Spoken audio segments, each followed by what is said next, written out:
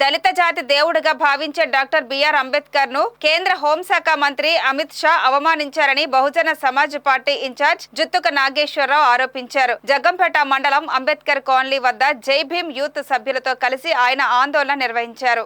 ఈ సందర్భంగా నాగేశ్వరరావు మాట్లాడుతూ అంబేద్కర్ ను పార్లమెంటులో ఎగతాళి చేసి అహంకారంగా మాట్లాడటం దుర్మార్గమైన చర్య అన్నారు. ఈ చర్యను బీఎస్పీ తీవ్రంగా ఖండిస్తుందని చెప్పారు. ఈ విషయాన్ని ప్రజాతంత్రవాదులందరూ ఖండించాలని పిలుపునిచ్చారు. అంబేద్కర్ గారికి తీవ్రమైనటువంటి అవమానం జరిగింది. నిన్న ఏదైతే పార్లమెంట్లో రాజ్యసభలో అమిత్ షా ఏదైతే వ్యాఖ్యలు చేశాడో ఆ వ్యాఖ్యలన్నీ కూడా వెనక్కి తీసుకోవాలని మరి బహుజన సమాజ్ పార్టీ తరఫున మేము డిమాండ్ చేస్తున్నాం.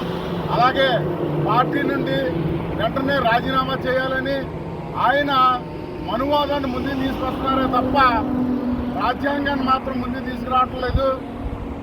మొన్న వాళ్ళ స్టేట్మెంట్ చూసుకున్నట్లయితే 400 సీట్లు వస్తే రాజ్యాంగాన్నే మార్చేస్తామనేటటువంటి ప్రకటనలు పలికారు. కానీ 240 సీట్లతో ఆగిపోవడం వల్ల రాజ్యాంగాన్ని మార్చలేకపోయారు.